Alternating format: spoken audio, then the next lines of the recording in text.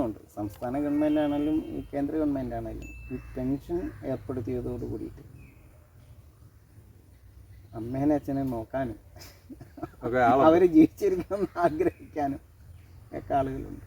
അതിപ്പോൾ ലക്ഷക്കണക്കിന് രൂപ പെൻഷൻ കിട്ടുന്ന പ്രായം ചെന്ന ആളുകളുടെ മക്കൾ വളരെ കാര്യമായിട്ട് നോക്കുന്നു, മരിക്കരുത് എന്ന് പ്രാർത്ഥിക്കുന്നു. മരിച്ചായി വരുമാനം എനിക്കറിയാം, കോടികൾ ആസ്തിയുള്ള ആളുകൾ പോലും അച്ഛനും അമ്മയും മരിക്കാതിരിക്കാൻ വേണ്ടി അവർ എന്തൊക്കെ ചെയ്യും, അതൊക്കെ ചെയ്യും. അത് ബുദ്ധിയുള്ള ഭരണാധികാരികളൊന്നല്ല, ആയുസ് നീട്ടി കിട്ടും, മനുഷ്യായുസ് നീട്ടാൻ പറ്റും.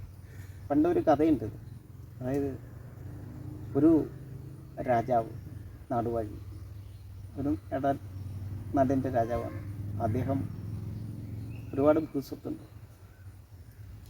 അപ്പോൾ അദ്ദേഹം ഒരു ചെറിയ അസ്വസ്ഥത ശരീരത്തിനുണ്ടായപ്പോൾ തൻ്റെ അവകാശം മക്കൾക്കായിട്ട് കൊടുത്തു. പൂർണ്ണ അവകാശം കിട്ടിയില്ല. അവകാശം കിട്ടണമെങ്കിൽ ഇദ്ദേഹം മരിക്കണം.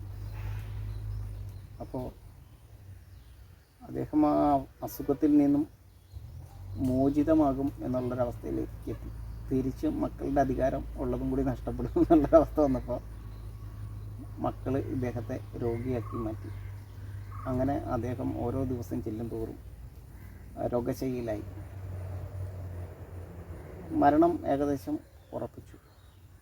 അന്നേരം അയൽ രാജ്യത്തു നിന്നും ഇദ്ദേഹത്തിൻ്റെ സുഹൃത്തായിട്ടുള്ള നാട്ടുരാജാവ് കാണാനായിട്ട് അവിടെ വന്നു കഴിഞ്ഞപ്പോൾ അദ്ദേഹത്തിന് മനസ്സിലായി ഇദ്ദേഹത്തിൻ്റെ അവസ്ഥ വളരെ മോശമാണ്. അതുകൊണ്ട് മറ്റു മക്കൾ എല്ലാം ഇറങ്ങിയ സമയത്ത് ഒരു കുശല സംഭാഷണം നടത്താനുള്ള ചെറിയ സമയം കിട്ടിയപ്പോൾ ഈ സങ്കടം പറഞ്ഞ് എന്നെ ഒരു കൊന്നുകളയും എന്ന് ഈ രാജാവിനോട് പറഞ്ഞു. അയൽവാസിയായിട്ടുള്ള രാജാവിനോട് പറഞ്ഞു. അദ്ദേഹം പറഞ്ഞു, ധൈര്യമായിട്ട് ഒന്നും സംഭവിക്കില്ല, ഞാനല്ലേ ഉള്ളത്, ഞാനുള്ളപ്പോൾ കൊല്ലില്ല. പക്ഷേ ഈ രാത്രിയോ അടുത്ത രാത്രിയോ എന്നെ ഇവർ കൊല്ലും, രാത്രിയോ എനിക്ക് ആയുസുള്ളൂ എന്ന് പറഞ്ഞു. ഇല്ല, ഒരിക്കലും അങ്ങ് മരിക്കില്ല, ഞാൻ അങ്ങനെ രക്ഷിക്കും. എങ്ങനെ എന്നെ ഇവിടുന്ന് രക്ഷിച്ചുകൊണ്ട് പോകും? അങ്ങ് ഇവിടെ സുഖമായിട്ട് താമസിച്ചാൽ പോരെ, എന്തിനാ രക്ഷിച്ചുകൊണ്ട് അങ്ങനെ കൊണ്ടുപോകുന്നത് ഞാൻ ചോദിച്ചു. ഈ രാജാവ് പോയി. അപ്പോൾ മക്കളോട് പറഞ്ഞു, മരിക്കുമ്പോൾ വിളിച്ച് പറഞ്ഞേക്കണം എന്ന് പറഞ്ഞു. അപ്പോൾ മരിക്കാൻ വേണ്ടി പ്രാർത്ഥിക്കാമെന്ന് ഈ രാജാവ് പറഞ്ഞു മക്കളോട്. മക്കൾക്കും സന്തോഷമായി. ഇതിനു വേണ്ടിയിട്ട് എന്താണ് ഇനി ചെയ്യേണ്ടതെന്ന് ചോദിച്ചപ്പോൾ ഈ രാജാവ് പറഞ്ഞു, ഞാനൊരു ജ്യോത്സ്യരെ പറഞ്ഞു കേട്ടാ, അദ്ദേഹം മരിക്കാനുള്ള സമയവും കാര്യങ്ങളും എല്ലാം പറഞ്ഞു എന്ന് പറഞ്ഞിട്ട് അദ്ദേഹം പോയി. അപ്പോൾ തൊട്ടടുത്ത ദിവസം ഈ രാജാവ് പറഞ്ഞ ജ്യോത്സ്യർ ഇവിടെ വന്നു. ജ്യോത്സ്യർ മക്കളെ കണ്ടു. മക്കളെ വളരെ വാനോളം പുകഴ്ത്തി. എന്നിട്ട് മക്കളോട് പറഞ്ഞു, ഞാൻ ഒന്ന് ഗണിച്ച് നോക്കിയിട്ട് രാശി വെച്ച് നോക്കിയിട്ട് പറയാം എപ്പോൾ മരിക്കും എന്നുള്ളത്. അതിനു മുമ്പ് നിങ്ങളുടെ ഗ്രഹനിലകൾ നോക്കണം, ആർക്കാണ് രാജാവാകാനുള്ള അവസ്ഥ, ഈ അധികാരം നിങ്ങളിലേക്ക് വന്നാൽ എന്തായിരിക്കും അവസ്ഥ എന്ന് നോക്കാം. എല്ലാവരും കുളിച്ച് ഭക്തരായി ശുദ്ധരായിട്ട് വന്ന് ഇദ്ദേഹത്തിന് മുമ്പിലിരുന്നു.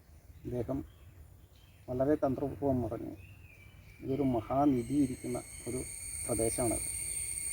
ഈ കിടക്കുന്ന ആൾ ജീവിച്ചിരിക്കുമ്പോൾ മാത്രമേ ഈ നിധി നമുക്ക് എടുക്കാൻ പറ്റുള്ളൂ, അനുഭവിക്കാൻ പറ്റുള്ളൂ. ഇദ്ദേഹം മരിച്ചാൽ ആ സമയത്ത് ഇത് അപ്രത്യക്ഷമാകും.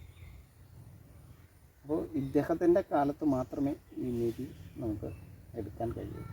അത്രയും എന്ന് വെച്ചാൽ ഈ ലോകത്തെ ഭൂമിയെ തന്നെ വിലക്ക് മേടിക്കാൻ പറ്റുന്ന അത്രയും നിധിയാണ് ഇവിടെയുള്ളത്. ഇദ്ദേഹം മരിച്ചു കഴിഞ്ഞാൽ അത് നടക്കില്ല, അത് മറഞ്ഞു പോകും. എങ്ങനെയും ചികിത്സിച്ചിട്ട് ഇദ്ദേഹത്തെ ജീവിപ്പിക്കും ഈ നിധി കണ്ടെത്തുന്നവർ. കാരണം നിങ്ങൾക്ക് ഈ ചെറിയ രാജ്യം കൊണ്ട് നിങ്ങൾ തൃപ്തരാവില്ലെന്ന് ഞങ്ങൾക്കറിയാം. കാരണം ഇത്രയും മക്കളുണ്ട്. മുഴുവൻ രാജ്യങ്ങളും വെട്ടിപ്പിടിക്കാൻ പറ്റുന്ന അത്രയും നിധിയാണ് ഇദ്ദേഹത്തിൻ്റെ. അത് പലരും പറഞ്ഞു അറിയാം, എവിടെയൊക്കെ ഉണ്ടെന്നറിയാം, പക്ഷെ എവിടെയാണെന്ന് പറഞ്ഞിട്ടില്ല. അത് പറയാത്തടത്തോളം കാലം എന്ത് ചെയ്യാൻ കഴിയും? അദ്ദേഹത്തിന് സംസാരിക്കാൻ കഴിയില്ല. അപ്പോൾ പറഞ്ഞ് സംസാരിക്കാൻ കഴിയണം, അതിന് വേണ്ടിയിട്ട് സർവ്വ കഴിവും ഉപയോഗിച്ചിട്ട് അദ്ദേഹത്തിൻ്റെ ആരോഗ്യം വീണ്ടെടുക്കണം. അതിന് വേണ്ടിയിട്ട് എന്താണെന്ന് വെച്ച് നിങ്ങൾ ചെയ്യണം. അത് കണ്ടെടുക്കുന്നത് വരെ, അത് നിങ്ങളുടെ കരഗതമാകുന്നവരെ നിങ്ങൾ ഈ രാജാവിനെ അയാളുടെ ജീവൻ പോകാതെ കാക്കണം എന്ന് പറഞ്ഞിട്ട് പോയി. അതിനുശേഷം രാജാവിൻ്റെ അവസ്ഥ ആലോചിക്കാൻ ആത്മാർത്ഥ സുഹൃത്തുണ്ടെങ്കിലേ ഒരു രാജാവ് അറിവുള്ള ഒരാളുണ്ടെങ്കിൽ ആത്മാർത്ഥ സുഹൃത്ത് എന്ന് പറയുമ്പോൾ അറിവുള്ളതായിരിക്കണമല്ലോ. അറിവാണല്ലോ ആത്മാർത്ഥത. അത് ഒരു വലിയ ഒരു സംഭവമാണ്. കാരണം ആത്മാർത്ഥമായ അറിവ് അതാണ്. അതായത് അറിവിൻ്റെ അർത്ഥം അറിഞ്ഞിട്ട് നമ്മൾ സ്നേഹിക്കണം. ഇതുപോലെയാണ് ഓരോ കാര്യങ്ങളും.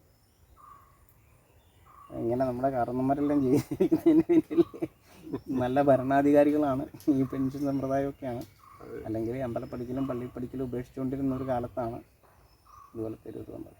അതിന് സംസ്ഥാന കേന്ദ്ര സർക്കാരുകൾക്കും നന്ദി പറയാതിരിക്കാൻ പറ്റില്ല. കാരണം ഓരോ അമ്മമാരും ആനന്ദം അനുഭവിക്കുന്നുണ്ട്, ഓരോ അച്ഛന്മാരും ആനന്ദം അനുഭവിക്കുന്നുണ്ട്, നല്ല കെയറിങ് കിട്ടുന്നുണ്ട്, നല്ല ആരോഗ്യ ഇൻഷുറൻസ് പദ്ധതികളുണ്ട്.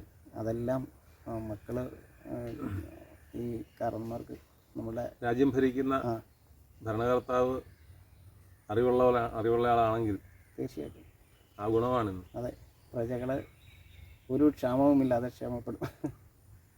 തീർച്ചയായിട്ടും ഒരു ബുദ്ധിമുട്ടുമില്ലാതെ നല്ല ആരോഗ്യത്തോടു കൂടിയിട്ട് നമ്മുടെ രക്ഷിതാക്കളിരിക്കും. അവർക്ക് ഓരോ മാസവും സന്തോഷമാണ്.